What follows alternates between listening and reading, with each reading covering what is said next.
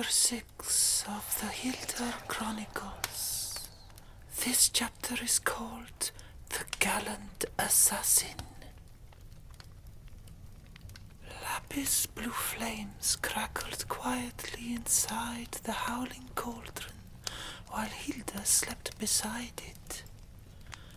The floor wasn't hard and almost felt alive, faintly adapting its shape to Hilda's. Sune stood over her, his face bathed in trembling blue shadows. Her tender neck, that bulging vein, one swipe and all her innards are mine. Focus, Sune, said the Norn monarch from another part of Bloody Hoof Caves. Feel the life flowing along her veins, but cherish your implacable determination to control your urges. It would be easy to give in to that unstoppable desire, to slice those lips and suck every last drop of red delight she has left. It would be intoxicating to eat her alive, sink your fangs into her feet, thighs, chest. Stop! What are you trying to make me do? Sune said telepathically. He flexed his grey, muscular skin that twitched and began to tingle. Control yourself. Crush your emotions. The wolf must be tamed before letting it run free. Remember its torment well when your deadly power is really needed. And then you can open the floodgates. Sune took a deep breath and watched Hilda's chest move up and down. He pictured the blood pumping in and out of her heart, spreading through her shiny arteries to every supple muscle of her delectable body. He could sense the sound the blood makes when it trickles down the throat. He closed his eyes to wash away the carnal promise of ecstasy. He slowed his own heartbeat and repeated the Nornish words of old.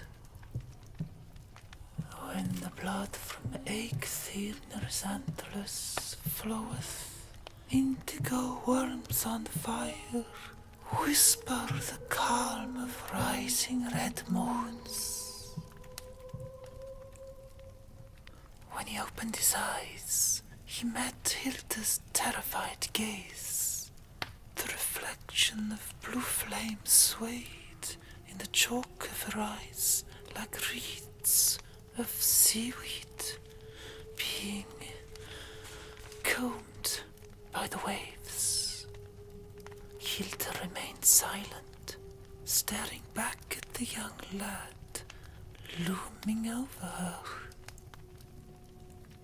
He hawked and said, "You don't remember me, do you? The sweet boy with the golden apple. Did you keep it?" Sune gulped, avoiding the sight of a violet blue vein bulging in her neck. "I did, but one I mean from a long time ago. I'm a bit disappointed, to be honest, that you would forget about me so easily." Hilda gave herself a scratch with a finger between her dark eyebrows and sat up. "I'm not sure I follow. I think I would remember a boy such as I.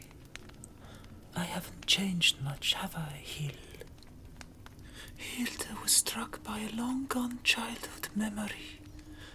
A blonde 6-year-old boy running along a stream, chasing 2 large owl feathers, racing towards a waterfall. Hilda had tripped when trying to keep up with the feral child, and had fallen into the surprisingly deep stream, dangerously cascading forwards.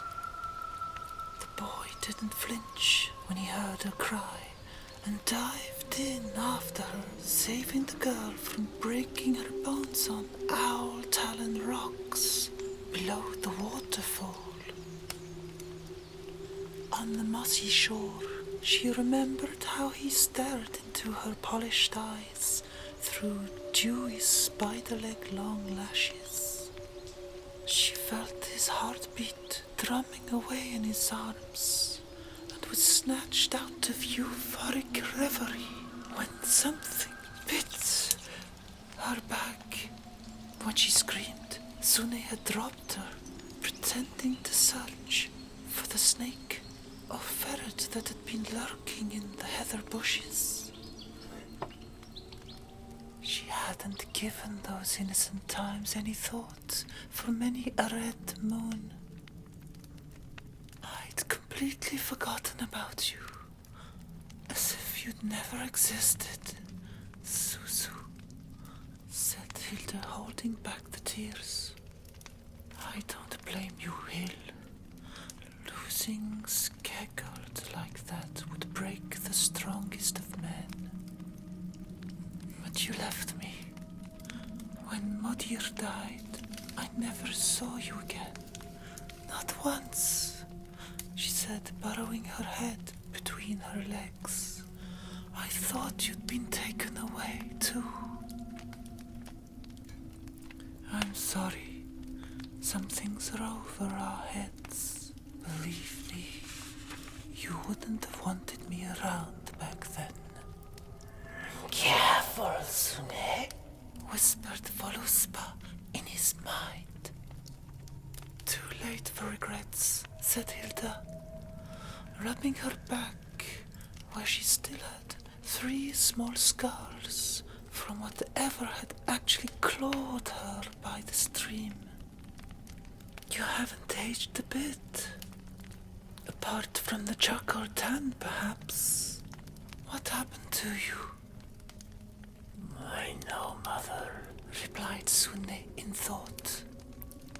All I can say is that one day someone else gave us a real golden apple, and it turned out to be more of a curse than a blessing. Get some rest.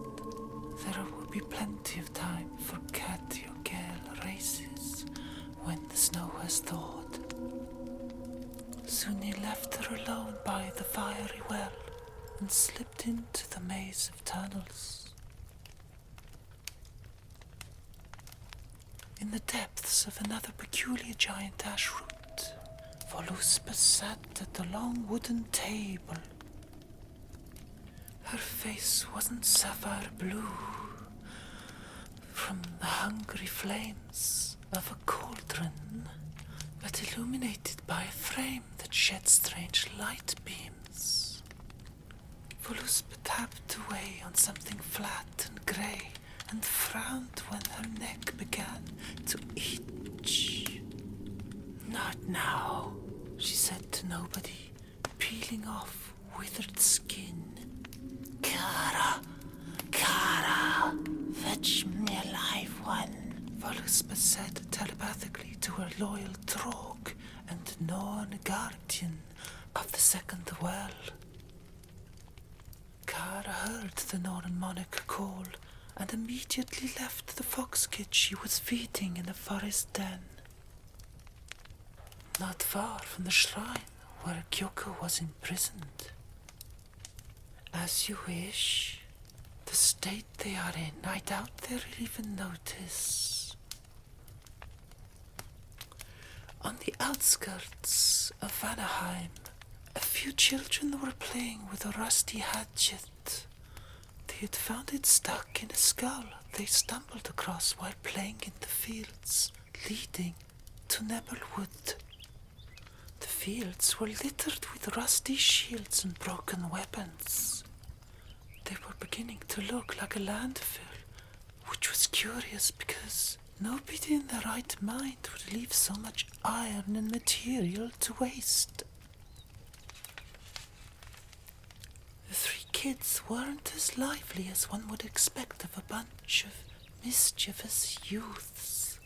Despite being excited about the battle treasure, they often let the trophy lazily slip out of their weak hands while trying to jog back to the town walls. Their effort to rush back to their playing grounds turned into a mopey walk, and when they got to their oak tree headquarters, few could muster up enough energy to throw the hatchet towards the trunk.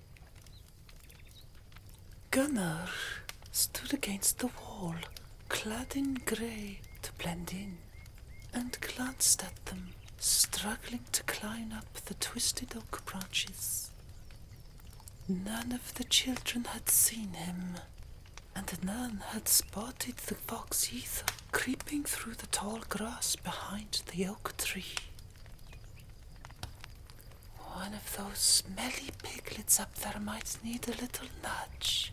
The other two will run to Modir, and I can pick at the pieces, thought Kara, slinking through the grass, overconfident that the villagers would be in a muzzy enough state from the poisoned mist. She was so focused on the attack that she didn't hear the whistle of a spinning club before the latter struck her head. "Aha, gotcha!" cried Gunnar. The boys slid down from the trunk they were trying to climb and looked at the Queen's Guard dumbly. "Fools! I just saved you from this rabbit fox. You wouldn't know danger if it hit you in the face." Gunnar grabbed the unconscious animal by the scruff of the neck and shoved it pesteringly into their faces. He opened its jaws and displayed the bloody saliva dripping through Kara's teeth. "One bite, and you'd be goners." The boys looked up at him as if he were giving them a boring hunting lesson. "No scram!" Gunnar bellowed, whacking one of them on the behind with his blood-stained wooden club. "Now let's see if Gunnar struck gold today. Not a very clever holder, are you, hunting sleepy children in the middle of the day?" The nerve, thought Gunnar, swinging a large sack over his shoulder, far too big for the fox it contained. Further west, beyond the white walls of Helheim, stood a castle that King Njal and Queen Asgerd were very keen on having painted the same pale colour. Ghostly-faced Gothi priests, in their wither-white robes, ambled through town, ignoring the strong smell of vinegar stuck to every bit of skin, clothing, furniture, or building. In Helheim, white lead was massively produced using sharp malt vinegar, and so it was hard to avoid the aggressive scent when living within the white lead painted walls. The king stood before the castle's main door, leaning on his great hammer of death, the highly coveted Mjolnir. He tapped the obsidian handle impatiently as he and Queen Asgerd waited for the Gothi to arrive. It wasn't an ordinary day for the populace of Helheim. The day before every full moon, the Gothi would flock into town to spread the protection of Mani and Sol and cast away any ill omen in exchange for a series of sanctified offerings. The Donations came in all shapes and sizes, and times of day or night. One of the Gothi's most popular rewards was the Huiter lead pigment. The priests were also keen on painting their sacred stones white, as well as their faces. The Helheim warriors did so too, although only halfway down from their foreheads to their lips, to differentiate them from the holy Gothi. The Gothi would hide their often scarred and damaged skin with the white lead paint, which gave them that distinctive look, quite similar to the full moon they worshipped. Asgard gave her husband a concerned look. He's not coming again, is he? Jarl raised his eyebrows and grunted. Just then, a crane flew off a cozy rooftop, and the Gothi filtered out the alleyways like white worms, filling up the courtyard. His son wouldn't show up. The lad hadn't attended any of the last ceremonies since. King Jarl couldn't remember. He wished he could be with Hedil rather than dealing with the greedy Gothi priests, but he still raised the mighty hammer with 2 hands and welcomed the worshippers of the moon and sun into his home. Many vats of manna wine and ale would have to be sanctified before moonrise. One of the priests interrupted the ceremony by dragging a woman by the hair to the royal couple and dumping her on the floor. Jarl knew the woman from occasional lonely nights and gripped his hammer tight, dreading what the Gothi were up to. They liked to make a scene, but he wouldn't let them bring him into it. King of Helheim, Njal of the Death Hammer, we know you share our beliefs and values. We seek to uproot all evil, as you and the Queen surely do too. And on our way through your white sanctuary, we stumbled across an abject sinner. The Gothi priest kicked the woman to the floor and spat at her, which was considered an act of clemency among the Gothi. The purifying white saliva hid her forehead and dribbled over her eyes. Despite her dreary state from the perpetual battle against Vanaheim, Yrsa stood up in proud defiance, wiped her face and glared at the king. The latter felt his heart jump, and he nodded to the Gothi priests.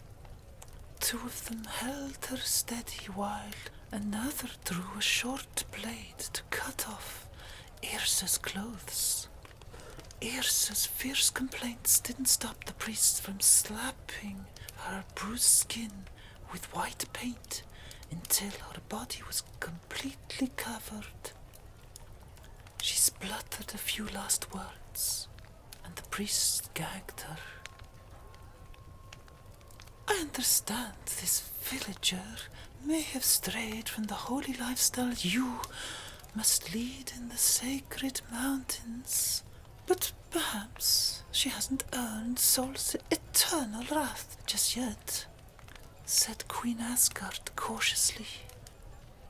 I can assure you, Queen Asgard, that oral activities that might include singing and gossiping are of no concern for the men in white. But shaping one's lips to external organs in public is something I am absolutely certain your highness does not condone. Even to keep yourself warm in winter. Am I wrong? The king didn't want to let the queen reply, And the Gothy spokesman also gave the impression he was about to untie Yrsa's gag to ask for her opinion on the matter as well. Do what you must, barked King Jarl, banging the floor with his hammer.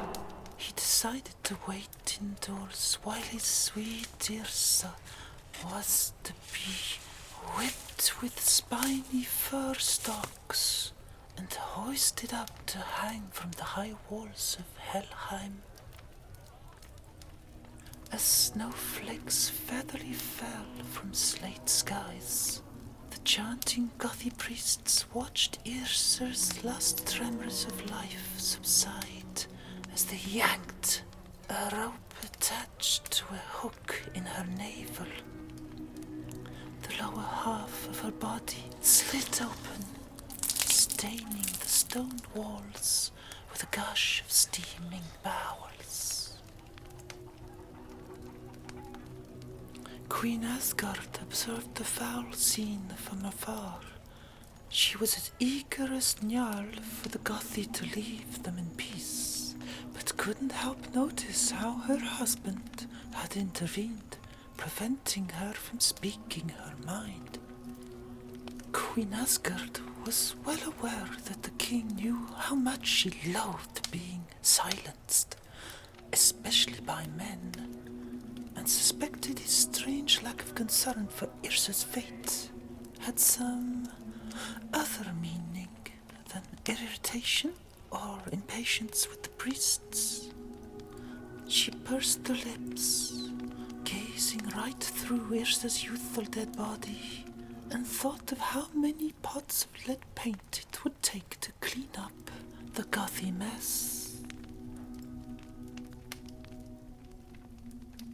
In Kyoko's Nebelwood prison, covered in snow, Asmund deemed the time auspicious to trudge into town to confront his Vadir, or rather batter him up a little before asking the king to free his beloved. In the midst of an argument between the two lovers over a subject of staying or fleeing, a faint ball of light was gradually inflating at the shrine's entrance. The increasing sound of snow being scooped away could be heard coming from the same direction. Asmund fetched his sword and stood protectively in front of Kyoko, anticipating a bear or worse to come burrowing down into their love nest. The iron door wasn't locked, and snow came tumbling through as the gate swung open, clanging against the wall. Kyoko dug her nails into Asmund's legs, but he didn't brush her aside. A muscular Draug stood before them, clad in leather darker than his moist grey skin. The young man glared at them for a silent moment, stretching his formidable claws in anticipation. As soon as Kyoko showed her face from behind her vigilant bodyguard, the Draug suddenly appeared less tense. While making eye contact with Kyoko, the uninvited guest tilted his head slightly, as if recognizing the woman. Kyoko couldn't understand why, but she felt she knew who he was too. Asmund spotted the opening and roared at the intruder. Swinging his sword, his blade only met a mound of snow on the ground, and the somehow familiar man had vanished. Later that morning, Asmund decided to leave. He locked the gate reluctantly to keep Kyoko safe and tunneled his way out of the shrine. Kyoko couldn't believe the man she trusted with her life had also made her a prisoner. He had even thrown away a few hell sweets she had kept to share with him. He didn't trust the Huldra. Such bravery! How heroic! A father's wrath beats a hellish sea snake any day of the week. Days might have passed, and Kyoko wouldn't have noticed. She stared at the wall for hours after Asmund's departure and began to boil inside.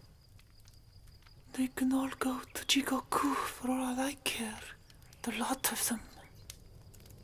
Her blood froze when her blurry gaze came into focus and saw a great beast crouched beside her.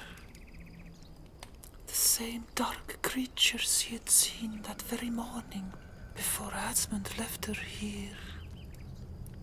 The ash-skinned man stared at the wall too, waiting for Kyoko to acknowledge his presence. You can't be, but they say you're the one who gave birth to me. Kyoko heard the man's voice in her head and shivered. He stealthily seized Kyoko's hand and touched the finger that had faint traces of teeth marks, stroking the scar tenderly with his own grey fingers that had retracted their deadly claws. It's you, isn't it? The little kid Kara found in this shrine. Kyoko somehow knew it was him. When he brushed his hairy skin against her, it almost felt appeasing. A tingle spread down her neck and she said, "How strong you have grown, Rever." So it is true they wanted to call me Rever. I like that name. It reminds me of who I really am. A fox. And not a damn human, growled the Drogue, letting go of Kyoko's finger. A fox you will always be to me, said Kyoko in a trance. If you were half human, but like to bite human meat, does that make you a cannibal? She joked. I can switch to human shape, but that doesn't make me human. Yet you hate the same way humans do. I thought the animal kingdom didn't do hate. Ask rabbits how much they love foxes, or sparrows, how much they appreciate falcons. Rever scraped at the floor with barely visible claws. They said you could speak to the dead. If you see her again, tell her. Yes? Actually, I don't know what to say to a ghost. Your mother said you would do great things, Rever. Well, let her know I'll just make them pay. All of them, said Rever, visualizing those responsible for his parents' death. I know just what it's like to feel that way, said Kyoko, feeling embarrassed to be so angry at Asmund and his sister. It has been consuming me for as long as I can remember. If you knew what it was like, then you wouldn't still be here, Modil. Rever switched to his red fox form and bolted out of the shrine, getting away as quick as he could before feeling the urge to bite her neck. Kyoko held on to the fading warmth of Rever's presence and continued to stare into an abyss through the cave wall. Hedil carefully led his horse through the woods, trying to spot any Vanaheim villagers. No berserkers in sight, thank Odin. When he passed Salmon Rock, the great dead elm tree, and finally arrived where the mossy hills should have been, Hedil felt disorientated. The swale under the pines had gone. Without losing his composure, Hedil realized the heavy snowfall must have filled it up. The thought of missing a rendezvous with Hilda was intolerable. The stress of avoiding getting caught by Vanaheim soldiers and being separated from his beloved Raven by an act of God was challenging his nerves. The cold wind lapped at his cheeks, and Hedil scratched at his dry skin erratically. A dugout hole in the snow built his hopes up, and he didn't even see the trickle of blood he had left behind him from the claw marks on his face. Hedil cautiously crept down the tunnel of snow and retrieved a rusty key from an inside pocket. The air was slightly smoky, and the prison was warmer than it usually was in winter. Hilda must have been here recently, he thought, with a rush of excitement, hurrying to get the gate open and check for any edge signs she may have left for him on the western walls.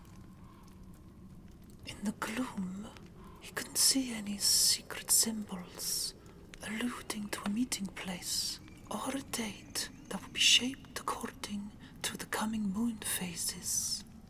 His heart sank.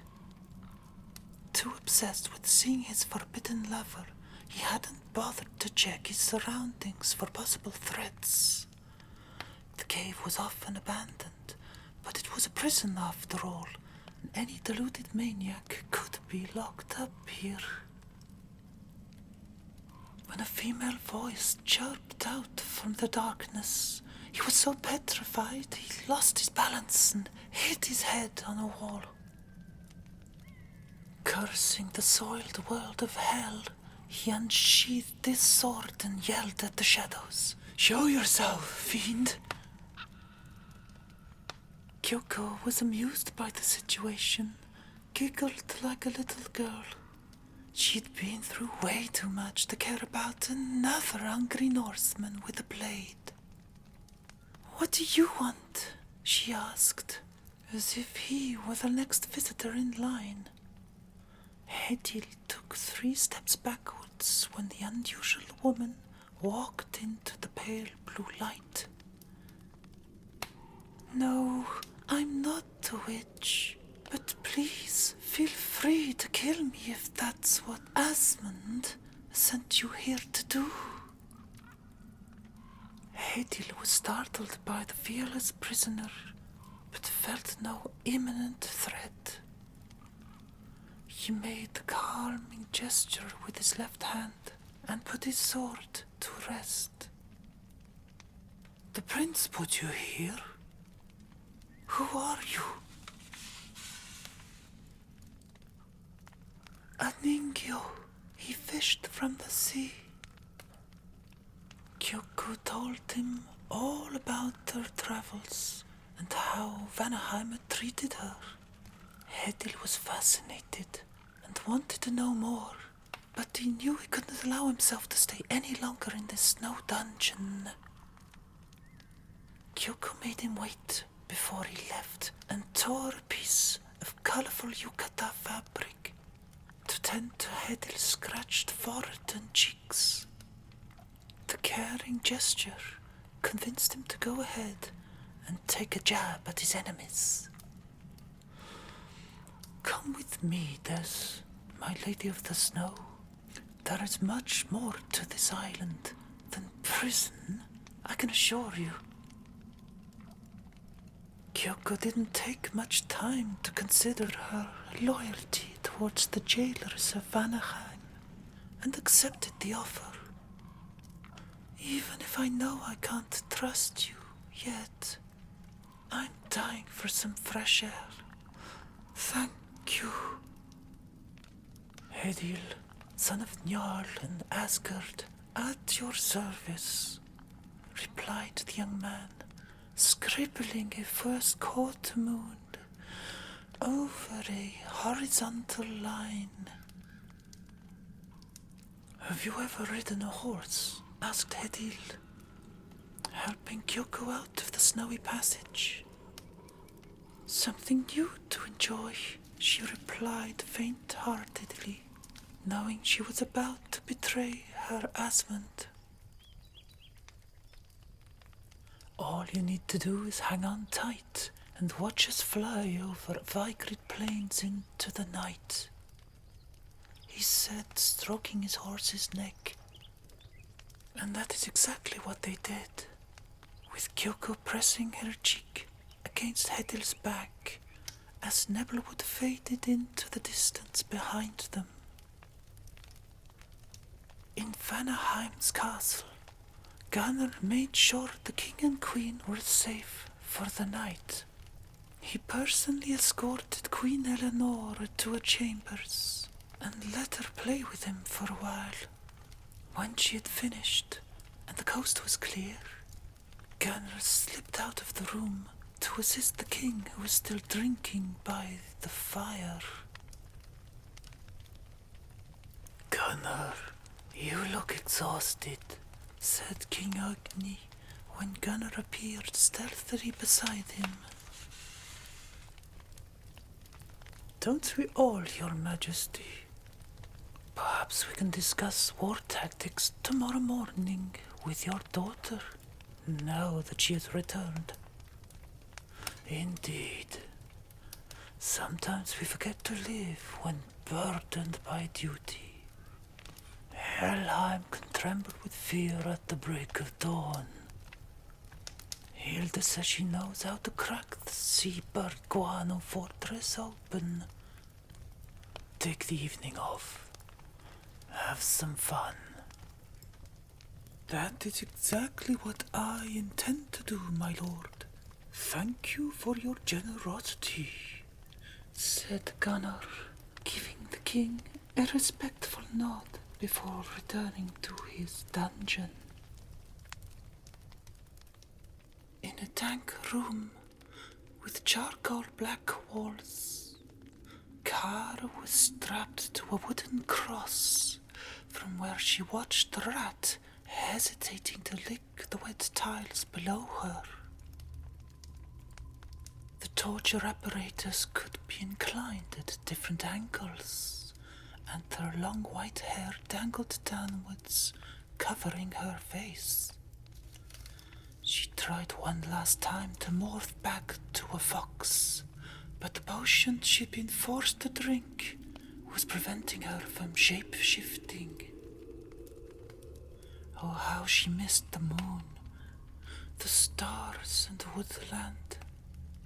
Her mission to cleanse the island of all humans seemed trivial now, hanging by the wrists and ankles in shackles. Sweat and blood dripped onto the cracked tiles, and she laughed at how angry she had become, how ridiculous she would get when talking to her own sister. She had forgotten the little things in life that meant so much to her, and in a twisted way, it was thanks to her captor. The double doors to the dungeon opened one after the other, and a man elegantly dressed in black entered holding a limp hair over his shoulder and carrying a bottle of mana ash wine in his left hand.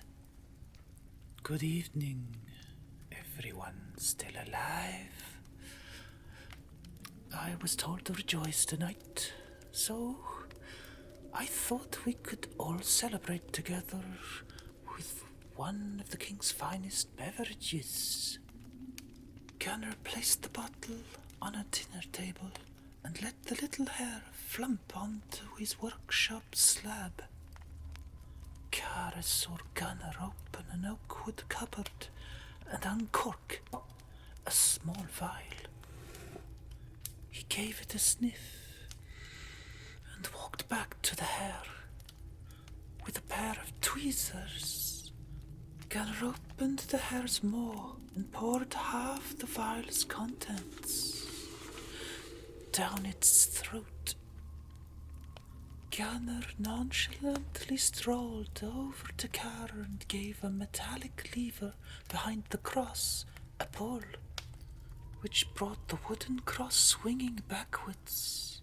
He yanked the rod a few more times, and Kara was now supine, staring up at him vindictively. For some reason, Gunnar was less talkative than usual. The sound of his rasping voice was not as painful as the sharp knives he used on his victims, but his lengthy yarns about foreign lands and the actual physical torture were inherently interrelated. Not hearing him ramble on about human nature was almost worse, because Kara knew that when he resumed his monologue, the pain would follow. The dreadful expectation was torture in itself. Gunnar ignored her glares and defiant struggles and picked up the unconscious hare. The white animal squirmed, and the Queen's Guard hurried over to a far wall. He untied some knots in a thin lime-bast rope attached to the ceiling and hastily hog-tied the hare's hind legs. When the animal began to froth at the mouth and dribble violet liquid, Gunnar rushed over to his cupboard to fetch another clay vial that he quickly uncorked. Kara could only just make out what he was doing and saw him hold the empty vial upside down near the hare's mouth, waiting for something to happen. According to Gunnar's frustration when the hare ceased to wriggle about, nothing did. In a fit of rage, he lifted his arm to smash the vial against the wall, but suddenly stopped, as if time had frozen, and he let his simmering fury cool off. If you can't control your own emotions, how can you expect to control anyone else? He thought, and popped the vial into his pocket, looking over his shoulder. Gunnar opened his mouth, and Kara knew her time was up. "Bad luck," he said, with a stiff smile. "Turns out the sleeping beauty I found near the woods this evening wasn't one of your kind after all. Didn't have any violet juice on him either. But I really thought it was my lucky day again," he said, giving the room full of skulls and headless corpses a panoramic gaze. "You didn't have a gift for me either, did you?" Gunnar walked up to a stained table where a man with long red hair was tied down on his back. He dragged the table up to Kara and said, "Don't be afraid, foolish fox. You can express yourself. I will not play with you today. I mean tonight. I apologize. The repetitious lives we lead do become so draining, do they not? For some more than others, wouldn't you agree?" said Gunnar, pressing the pit of the unconscious man's stomach with an index finger. Kara couldn't understand how this vile man could know so much about the Huldra, and why the mist hadn't wiped his memory after so many battles. The others must have betrayed us, she thought. Weak underlings. So, no venom to spit in my face this time? "Perhaps you're cold, Lady Fox," said Gunnar, drawing a thin, sharp knife.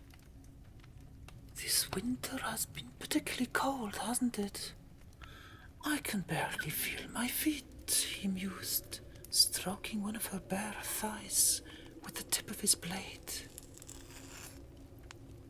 Gunnar continued to talk, but turned his back on Kara.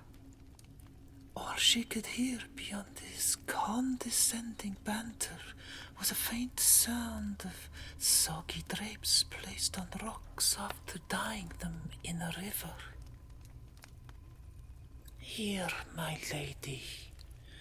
I hope this will keep you warm," he said, revealing a string of guts he slowly pulled out of the male's abdomen. Gunnar lifted Kara's head delicately and wrapped the organs around her neck like a scarf. "There, don't thank me yet. Lady Fox, I know you enjoy our little conversations, and I have to admit I probably do more. However, I find it rude that your species find it easy enough to spill the beans about the most extraordinary secrets, and yet refuse to share your names. I will not go so far as to call that attitude hypocritical, but you would agree that giving one's identity should be considered a less sensitive source of information than, let's say, the ingredients to Limenosia potion?" Kara was already horrified to be a human's captive. The fact she could feel the pulse of a fellow Huldra slowing down through the warm, sticky organs wrapped around her neck only increased that feeling. Yet to learn that another Huldra had spoken of Limenosia they used to prolong their human appearance almost brought her to tears. "Ah, I see the winter scarf didn't bother you as much as my knowledge of your cunning recipe. I will be candid with you, Lady Fox.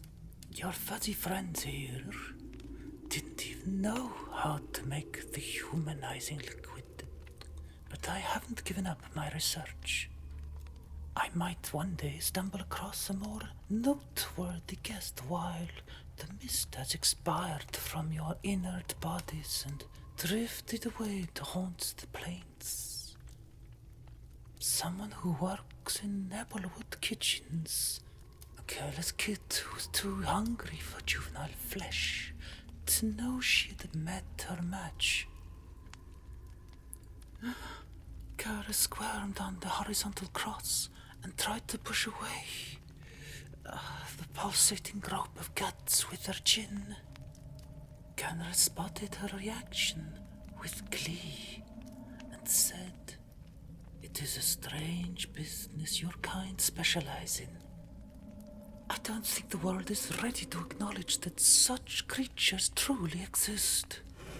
"But when you stop to think about it," he said, placing his knife on the man's lips to pry his mouth open, "it is such a marvel to be able to mutate the way you do.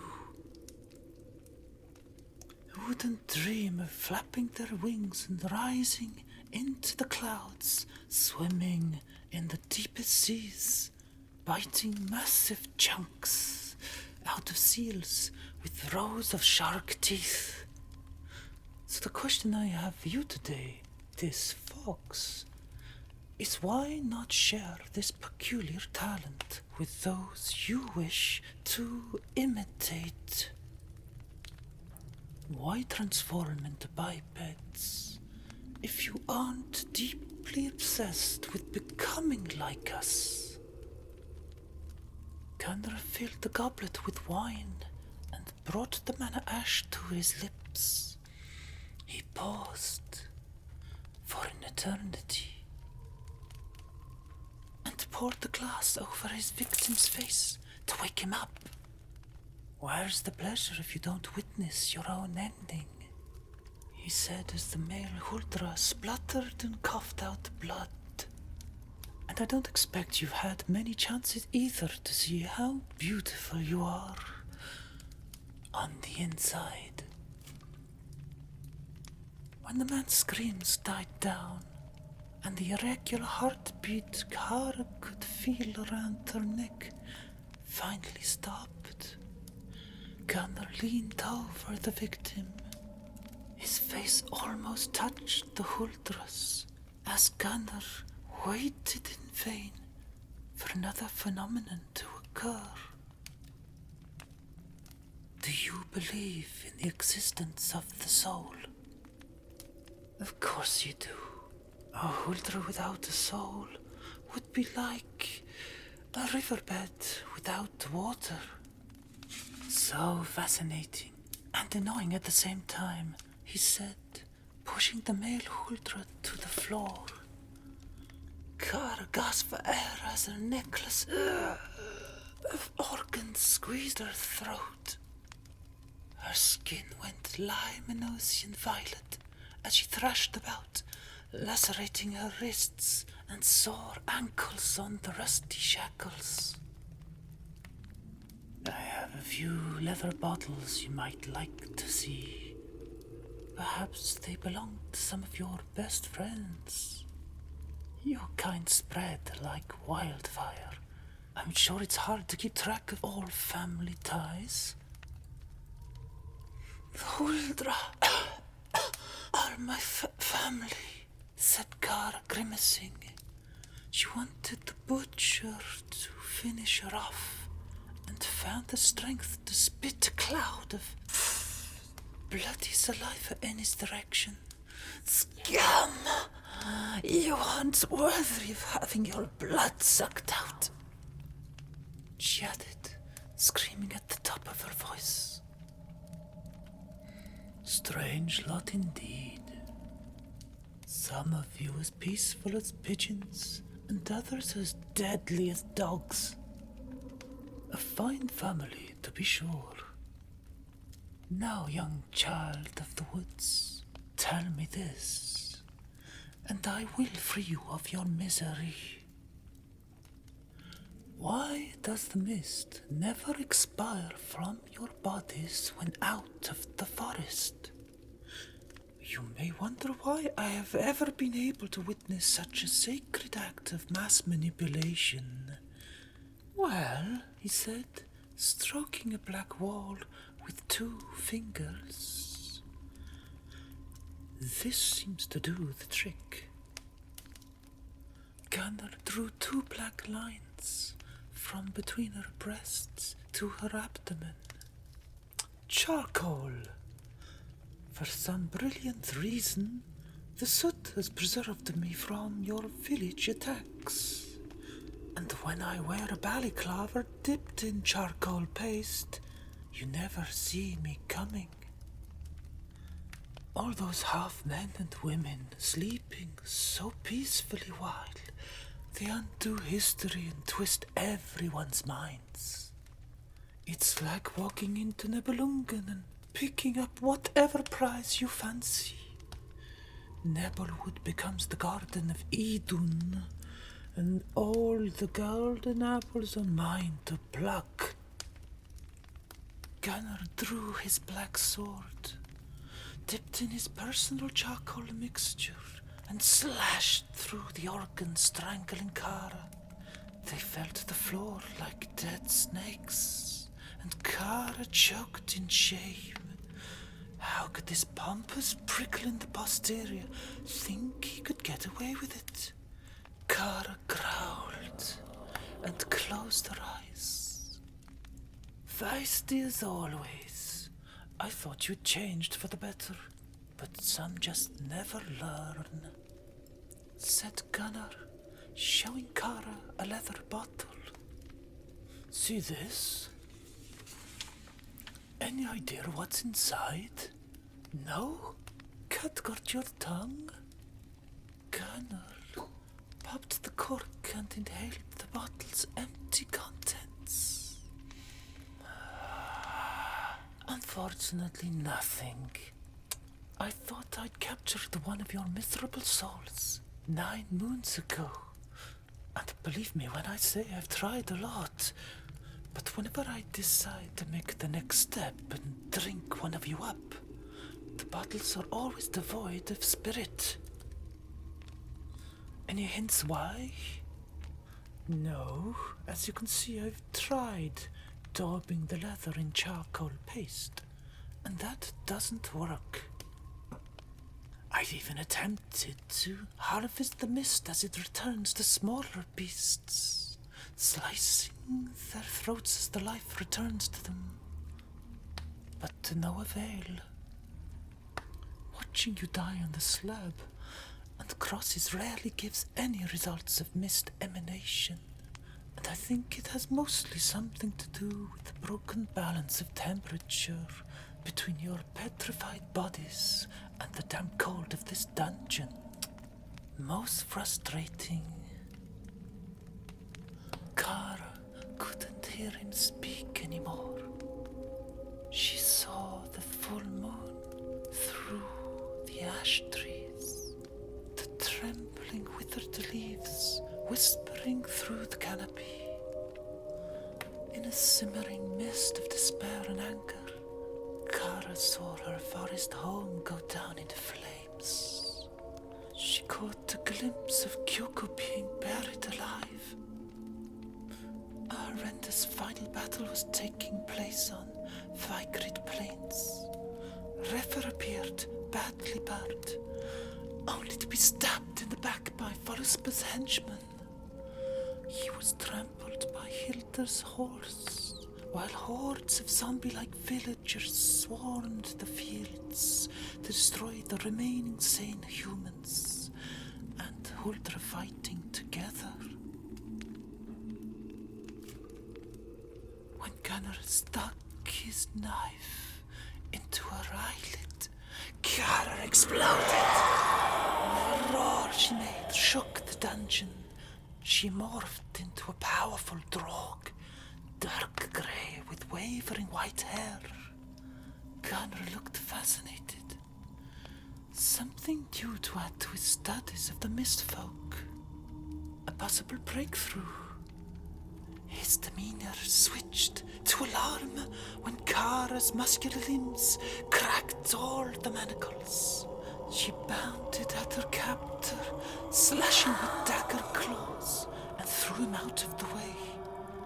She destroyed everything in her path, including the two doors to the torture chamber. Before Gunnar could realize what had happened, Kara had shifted to her fox state and scampered away out of sight down the tunnels. Bleeding badly, Gunnar hobbled off to the fox, while thinking how marvelous the evening had been.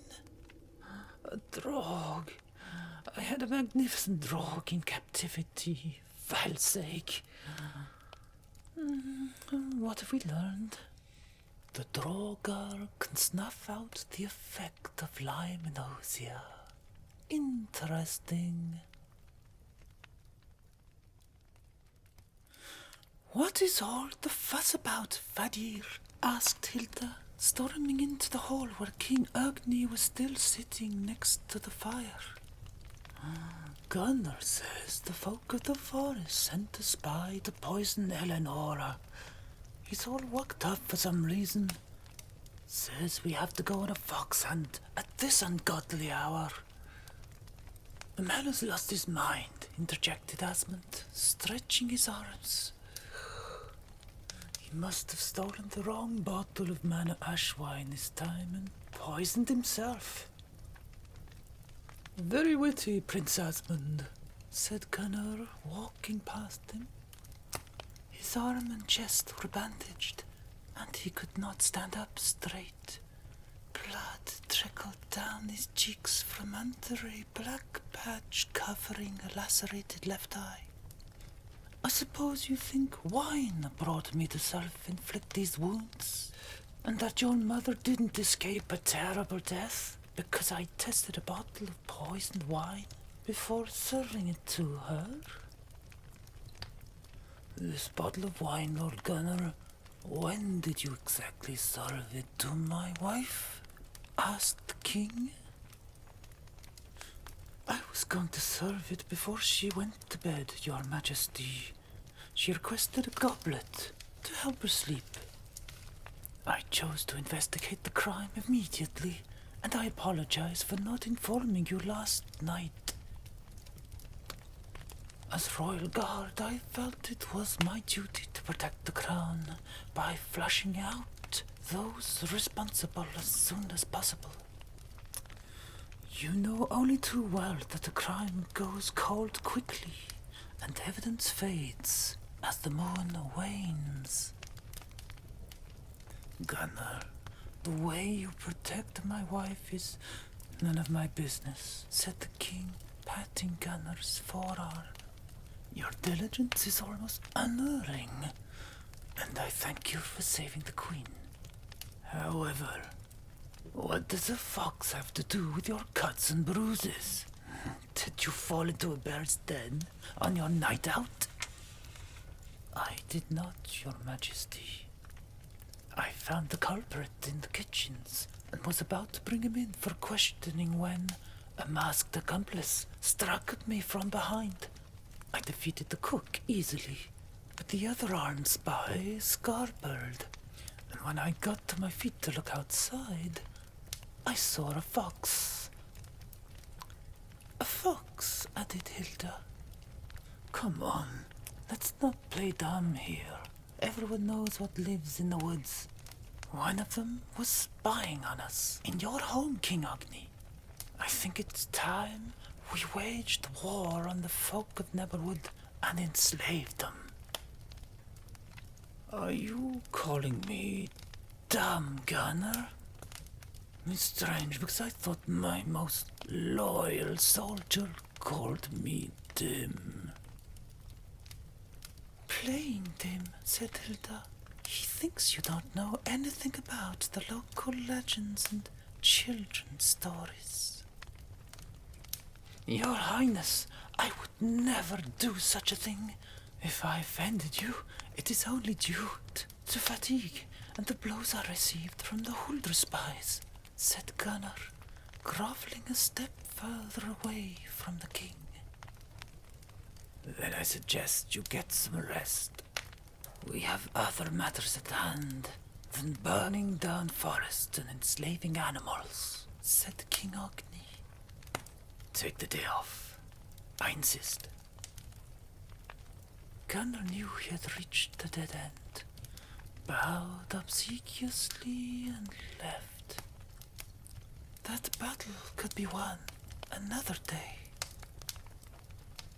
Hilda and Asmund came to sit next to the tired king. Hilda laid her head on his hand while Asmund stared to the fire.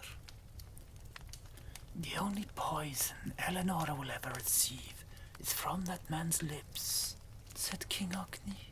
Son, I hear you also have something to ask of me. Hilda swiveled her eyes to her brother and winked. Fadir, I believe our guest in the woodland prison has suffered our hospitality long enough. Would you not consider letting her go? If you wish me to leave with her, so be it. Whatever you decide, I will accept. King Agni gave his son a long, piercing look. Then his expression softened. Your companion probably didn't deserve our sour welcome. I agree. But she arrived at the worst of times. You can see how debilitated we all are. This war needs to end. And I need your fresh vision and strength to end it with me. Of course, Fadir. But what about Kyoko? Bring her home if you like, so I can get to know the lass, replied the king. But keep her out of sight if you can. We've had enough wild goose chases as it is. Thank you, Fadir. You won't regret it. Hilda bit her lower lip and thought of how freeing the woman of the sea could benefit her, or how a terrible accident would be more befitting. Gunnar's wild story of a Huldra spy in the castle was unsettling news. The Norn monarch Voluspa was obviously holding back too much information. Gunnar was too. Thanks for letting me freeze to death in the woods by the way, Brodir. Oh, my pleasure, Sistir. I suppose you found the correct punishment by leaving us behind during a snowstorm and spending a few days by a warm fire? Something like that, yes, she said, smiling at the thought of the howling cauldron. See you next time for Chapter 7 of the Hilda Chronicles.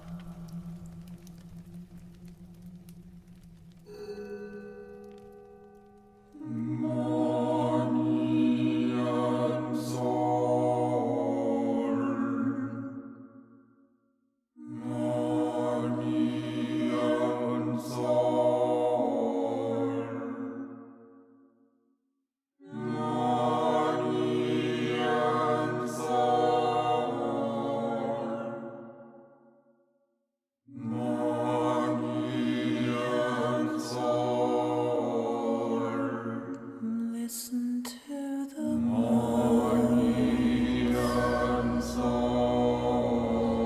they will heal you of your scars.